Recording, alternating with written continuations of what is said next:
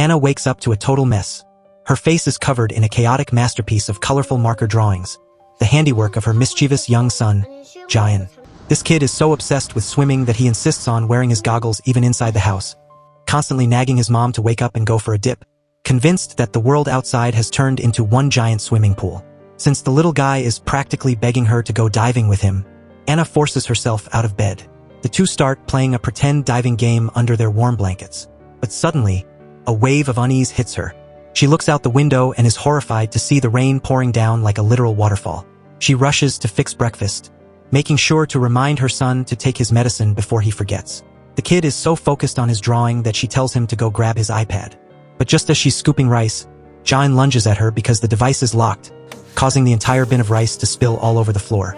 Right at that moment, Anna's mom calls, and Anna tells her she's taking the day off. As she's crouching down to pick up every single grain of scattered rice, she bangs her head, and man, does it hurt. Even though her mom's over-the-top nagging is exhausting, the old woman keeps promising to bring over more food next time. This is where we learn our protagonist's identity. She's Anna. While she's struggling to get the rice cooking, she hears the sound of running water and assumes her son left the bathroom tap on. The boy denies it, but she just shrugs it off to go look at the drawing he just finished. Suddenly, a surge of freezing water sweeps over Anna's feet. She looks out the window in terror and sees that the water has risen so high it's flooding the house. Even though they live in an apartment building, outside, the water is a raging, violent sea. Meanwhile, the building management broadcasts an emergency alert. The flood has already swallowed the second and third floors. Little Jian, too young to understand the danger, starts cheering, thinking his home has finally become a real swimming pool. Furious, Anna snaps at him and rips off his goggles, frantically throwing their belongings into a suitcase. In the middle of the panic, a fateful call comes through. It turns out Anna is actually a PhD student working on a development team. The caller is He-Jo from HR Security, telling her he's on his way to get her. He orders her to take Jian and run to a higher floor immediately because the water is about to swallow the third floor. Then, without warning, the power cuts out completely. Anna only has time to grab her son's medicine bag before rushing out. But she freezes in fear. The house is pitch black, and her son is nowhere to be found. As it turns out, Jian was so sad after his mom scolded him that he hid inside a cabinet. She quickly calms her trembling son, hoists him onto her back, and begins their desperate escape. When she opens the door, the water outside has risen like a terrifying biblical flood. Everyone on her floor is scrambling to pack and run. Anna tries to head up, but she's blocked by a massive crowd, also trapped in the building. Nobody knows exactly what's happening. All they've heard is that someone fainted. With no other choice, Anna turns around and carries her son the other way. While the crowd is still shoving and fighting to get to the fire escape, the water keeps rising. Anna manages to force open a different emergency exit.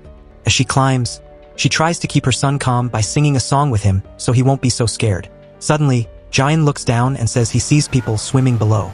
In reality, they are people desperately screaming for help as they drown in the rising tide. Hearing this, Anna sings even louder to distract him and charges up the stairs to get them to safety.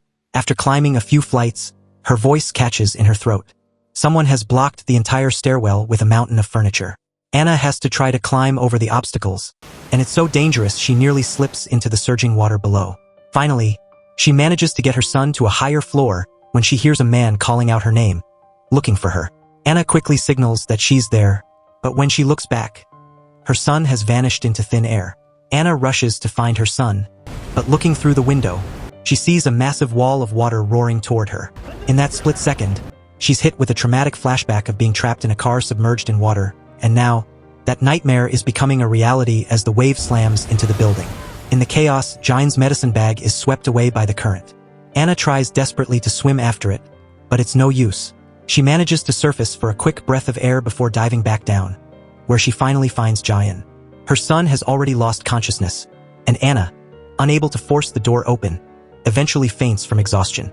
Just as hope seems lost, a man appears. It's He-Jo, the man who called her earlier. He pulls them both to the surface and immediately starts performing CPR on Jian, who had stopped breathing. When the boy finally wakes up, he bursts into tears, paralyzed by fear. Trembling herself, Anna thanks the stranger. He officially introduces himself as He-Jo and explains that he was ordered to return and confirm that she and her son were still alive. From that point on, he leads them through the building like it's a high-stakes survival mission. Jian is too terrified to let He-Jo carry him, so Anna has no choice but to carry the boy on her back. She trudges along behind Hee-jo toward the rooftop, where a company helicopter is supposed to pick them up. As a PhD, Anna starts to realize that this rainwater isn't normal. There are signs that something is very wrong. When she asks, Hee-jo reveals the horrifying truth. An asteroid has just slammed into Antarctica. The entire polar ice cap has melted, completely submerging Japan. This 30-story apartment building will be underwater in no time. The scientific community actually knew this was coming, but they couldn't stop it, so they decided to keep it a secret. They basically left humanity to go extinct in silence. Anna is shocked to learn that she's only being saved because she's essential to a mission to create a new humanity. Turns out Anna and one other person are the only two people on Earth capable of developing the emotion engine used in artificial intelligence. The other person, Anna's boss and the research director, is presumed dead, making Anna the team's top priority. Anna tries to tell him that the emotion engine they created was just an experimental prototype, but Hee-jo doesn't care. He makes it clear that if she refuses, he could just cancel the helicopter and leave her to die. Other research teams have already finished the rest of the work, including synthetic human bodies with intellect and reproductive capabilities. The only thing missing is that emotion engine, and they desperately need Anna to provide the final piece of the puzzle. Suddenly, Jaein starts crying, saying he has to use the bathroom. Hee-jo is pushing them to hurry because the situation is critical, but Anna realizes she didn't bring any spare clothes for her son. Understanding the predicament, Hee-jo leads them into a nearby apartment so the boy can change. While Anna hurries to take care of her son, Hee-jo quietly checks his gun and reports to someone over his radio, stating he's secure on the 15th floor. He avoids telling Anna too much, noting that she's currently being very cooperative. The moment he sees Anna walking back out, he hangs up. He tells her to grab some clothes from the apartment so they can wash up and change. Then, he starts grilling her about the emotion engine she's been researching for so long. He talks about the complex nature of human emotions and gives Anna a chilling warning. Once they get to that rooftop, there will be a lot of desperate people who will beg for a seat on that helicopter at any cost. Hee-jo basically warns her, do not let your personal feelings get in the way. He tells her not to get soft and try to beg for anyone else to get on that helicopter. Sensing the end might be near, Anna borrows Hee-jo's communication device to call her mother. Luckily, her mom has evacuated to a safe place, and Anna can't stop sobbing as she tells her to stay careful. Her mother, almost as if she senses the horror about to unfold, desperately tells Anna that from now on, she must prioritize Jaein above everything else. The mother and daughter cry together, promising to survive so they can meet again. But suddenly, terrifying screams erupt from the other end of the line, and the signal goes completely dead. Just as she hangs up, they notice a gas leak. Fearing an explosion, they rush out of the house. Even in the panic, Hee-jo remembers to grab a towel and a pair of shoes to bring along. The situation outside is a nightmare. The hallways are engulfed in flames from a gas explosion. Hee-jo climbs over the balcony railing first and tells Anna not to be afraid. She just needs to hand the boy to him. Anna gets her shoes on and climbs out holding Jaein, but the boy is too terrified to let go of his mom and reach for Hee-jo. In the struggle, Anna loses her balance and plunges straight into the water below. The fall triggers another traumatic memory. She's trapped in a car again, sinking into the depths. Eventually, she breaks the surface and grabs onto a floating sign to stay buoyant. She desperately swims back into the building, trying to find a way back to her son. But as she reaches a hallway, she hears the heart-wrenching cries of someone trapped in an elevator. It's a little girl named Jisoo. Jaein is there too, trying to find a way to save her. Anna goes to look for something to pry the door open, encountering two young men looting the apartments during the chaos. When she gets back to the elevator and calls out for Jisoo, there's no answer. Then, another massive wave slams into her. The memory of the sinking car flashes back once more. We see the truth. Anna's husband was pinned down by the car and chose to stay at the bottom of the ocean, pushing Anna and the baby toward the surface so they could live. Back in the present, Anna is still alive and hears Hee-jo calling for her. They are now on the 18th floor, but Jaein is gasping for air. The nightmare gets worse. Anna has lost her son's medicine. Ignoring the fact that the helicopter has arrived, she is determined to find his meds. She rushes into an apartment occupied by an elderly couple and frantically searches for anything to help her son breathe. Hee-jo offers to help carry the boy, but Anna pushes him away. A dark secret from her past is revealed. Anna once thought about abandoning Jaein. She felt she wasn't cut out for motherhood and only spent time with him for the sake of developing the emotion engine. Back then, a colleague had reminded her that since the emotion engine was now complete, the research center would be reclaiming those children in just a few months. Her colleague had said bitterly that maybe they should never have created those poor children in the first place. In the present, Jain tearfully apologizes to his mom because he accidentally wet himself. But this time, Anna doesn't get angry. The boy whispers that he's actually very happy today because he got to spend the whole day by her side, which breaks Anna's heart into a million pieces. While she's getting water to wash his clothes, Anna suddenly sees a rare ray of sunlight breaking through the clouds. Hee-jo brings her some clean water and then drops a cold-blooded bombshell. Anna is the only one allowed to go to the final destination. Jain is officially on the list to be reclaimed. Anna is stunned. She realizes Hee-jo had been quiet all this time because he was afraid she wouldn't keep moving if she knew. But Hee-jo explains he only kept the secret because he wanted to see how she would act. Turns out, he was abandoned by his own mother when he was exactly Jain's age. Watching Anna refuse to leave her son made him realize that not every mother is as heartless as his own. Suddenly, the sunlight vanishes. They know something massive is about to hit. They scramble to flee the elderly couple's home. In a hauntingly calm contrast, the old couple continues to feed each other porridge, completely at peace in the middle of the disaster. Meanwhile, the water begins to surge up from below with a terrifying, violent fury. Anna gathers her remaining strength and carries Jain as they continue their grueling climb to the higher floors. Suddenly, the air is pierced by the agonizing screams of a woman. She's pregnant and clearly in the middle of a painful labor. Anna stops, her heart breaking. But Hee-jo's voice cuts through the air, stern and cold, ordering her to leave that place immediately. With a heavy heart, Anna whispers a silent apology and turns her back on the woman. Watching this, little Jain innocently asks what's wrong with the lady, and Anna has to choke back her tears to comfort her child. They finally reach the 29th floor, but Anna abruptly stops. She can't bring herself to take another step. She simply cannot leave Jain behind. Seeing her hesitate, Hee-jo quickly tries to explain. He tells her that something happened to her boss and the other child, meaning Jain is now the most critical factor the center needs to complete their grand plan. He insists there must be some kind of misunderstanding and that everything will be fine, finally coaxing Anna to follow him onto the rooftop. Waiting there are the people from the Darwin Center with a helicopter already idling. They begin to read a formal announcement directed at Anna as the lead researcher. Hee-jo himself reads the protocol aloud before the rescue begins, recording it as official evidence. First, the Research Institute, which is not officially part of the UN, will exert all its power to prevent the extinction of humanity. Second, Anna is named as one of 49 special researchers and must immediately report to the lab to develop the emotion engine. And finally, she is required to cooperate fully with all necessary measures to achieve the goals mentioned above.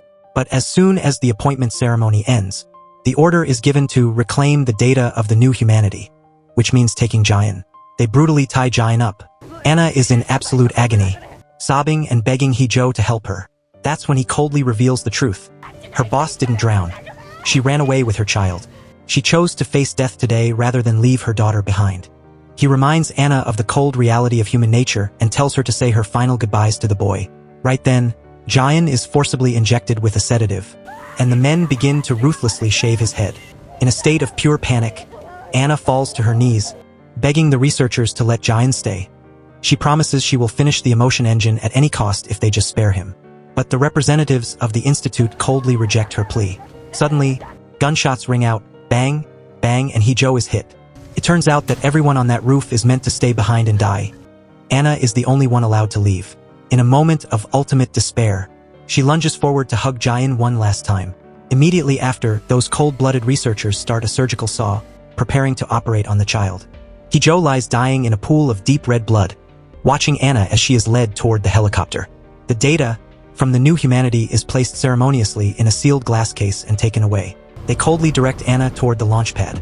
As several spacecraft begin to depart, Anna hears a message from the lab director. He warns that in 15 minutes, tens of thousands of meteor fragments will rain down on Earth, wiping out humanity.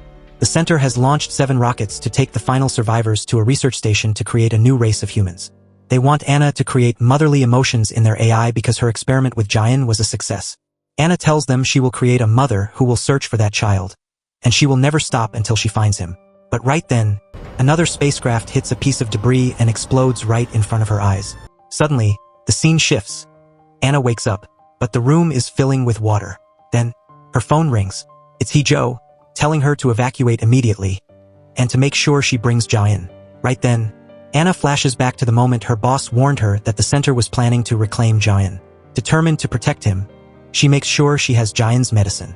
She carries him out once more, leaving everything else behind, and heads back toward that same blocked stairwell from earlier. She turns back, but now the other stairwell is just as overcrowded. When she spots Hee-jo looking for her, she quickly hides. Suddenly, a massive wave slams into the building, and Anna pulls her son into her arms to shield him from the impact. The water sweeps them both to an upper floor, but when Anna finally surfaces, her son is nowhere to be found.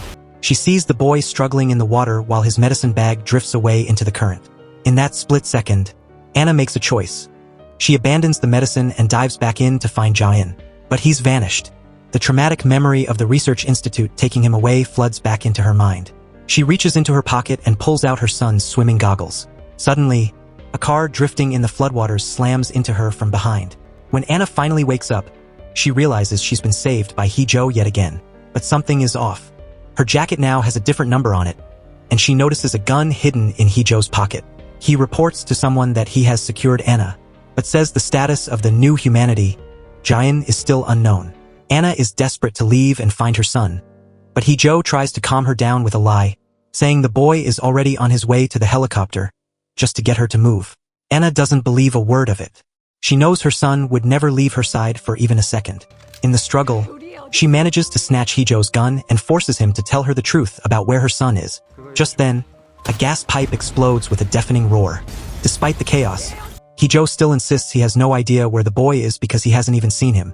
After the blast, Anna is still alive thanks to Hee-jo, who managed to catch her hand just in time. She gives him a stone-cold warning. If he does anything to hurt her son, she won't let him get away with it. Then, she takes a leap of faith and jumps into the raging water. As she swims, she hears her son's voice calling out to her, exactly like at the beginning. But when she looks back, she only sees the shadow of Hee-jo telling her he's coming to get her. Anna dives deeper into the building. She hears that heart-wrenching crying again and asks the child in the elevator if her name is Jisoo. The girl is confused. How could this woman know her name?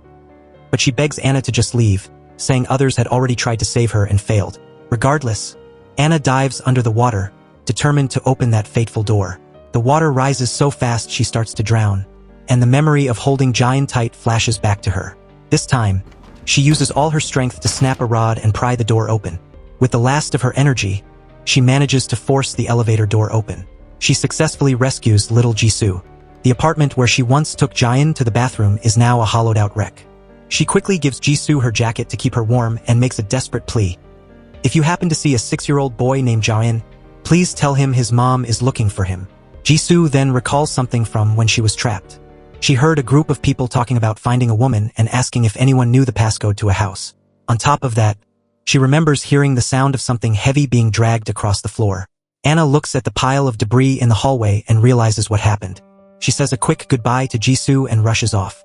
Suddenly, the number on her jacket changes again. She charges into the elderly couple's apartment, where she had sought shelter before. As she's frantically searching through the cabinets, she comes face to face with those same looters from earlier. Rage boils inside her. She's convinced these two are the ones who harmed her son. Just then, Hee-jo's voice calls out from the other side, asking if she's found Jaein yet. Before Anna can scream for help or expose the criminals, the looters grab her and violently drag her into the apartment to silence her for good. As she's being dragged inside, Anna is horrified to see the lifeless bodies of the elderly couple lying on the freezing floor. Outside, Hee-jo is frantically trying to break down the door to save her. But inside, the looter has Anna cornered. In a desperate fight for survival, she grabs a hammer and swings it with everything she has, striking him in self-defense. But these thugs aren't alone. Their accomplices quickly surround her. Suddenly, the sound of the keypad rings out, the door swings open, and Hee-jo appears, accompanied by little Jisoo, who turns out to be the granddaughter of the elderly couple. In the chaos, one of the criminals is shoved and plunges into the raging floodwaters below. Hee-jo brutally interrogates the remaining one, forcing him to confess that while he did approach Jaein, he only talked to him and didn't take him. Without a hint of mercy, Hee-jo tosses the scumbag into the water as well. In that moment, Anna drifts into a dreamlike state, remembering a time she sat quietly in a corner of the kitchen, feeding Jaein sips of sugar water. She trudges into the living room to say goodbye to Jisoo. In a surreal moment, the grandmother hands Anna the exact same water bottle she had used to feed Jaein. Anna desperately pleads with Jisoo to leave with her, but the girl refuses. Outside, Hee-jo firmly reports to his superiors that he is determined to get Anna out of there at any cost.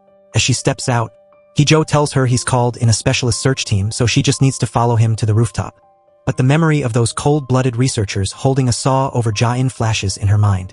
She flatly refuses, stating it's time for her son's medicine and she's going to find him herself, no matter what. Hee-jo chases after her, throwing every reason at her to force her to the roof. Anna bursts into tears, begging him to help her find the boy one last time.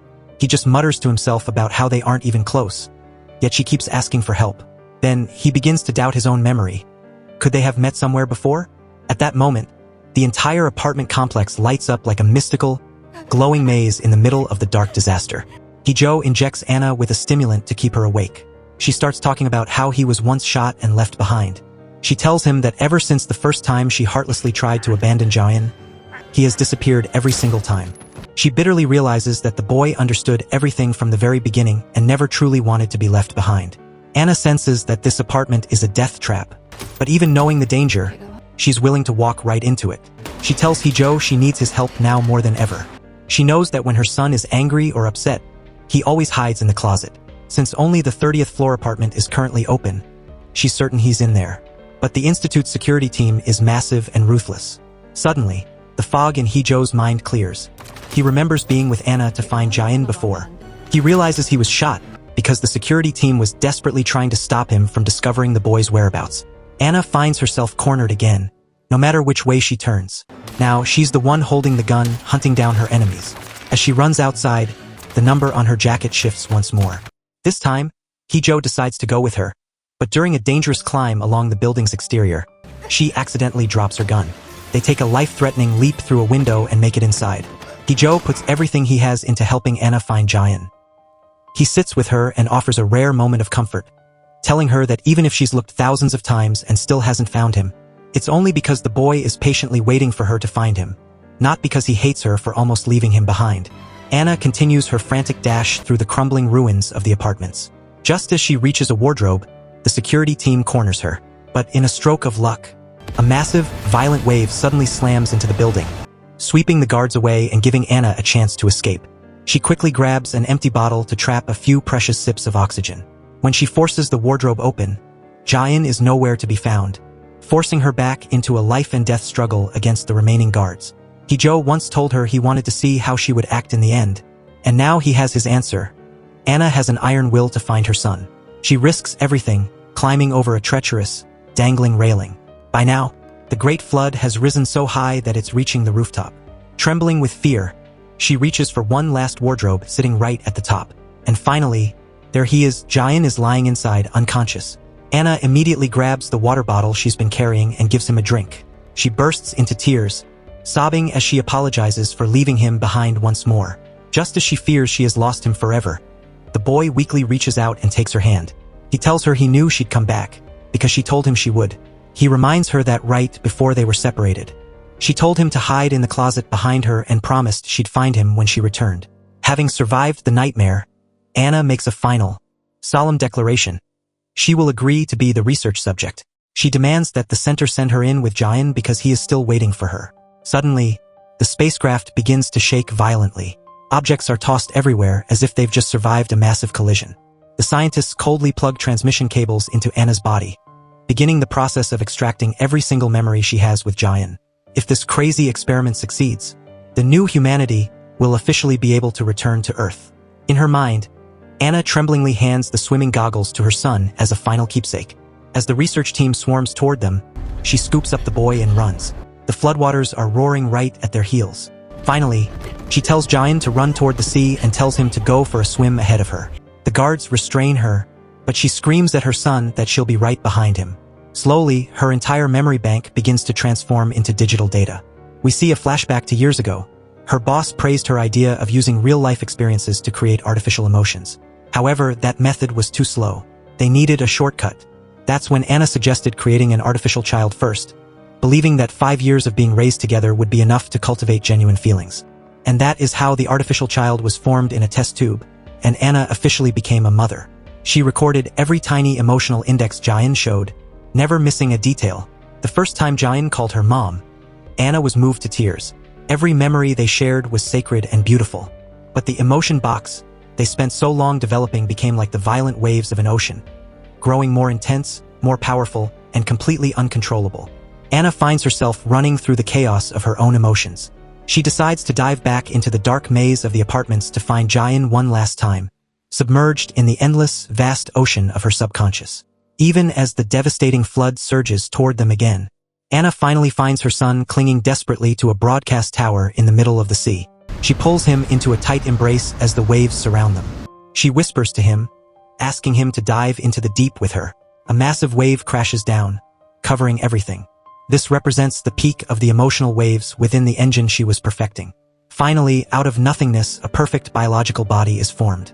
Anna's eyes snap open as the sweet, familiar sound of "Mom" rings in her ear. A salvation pod is launched from the final space station.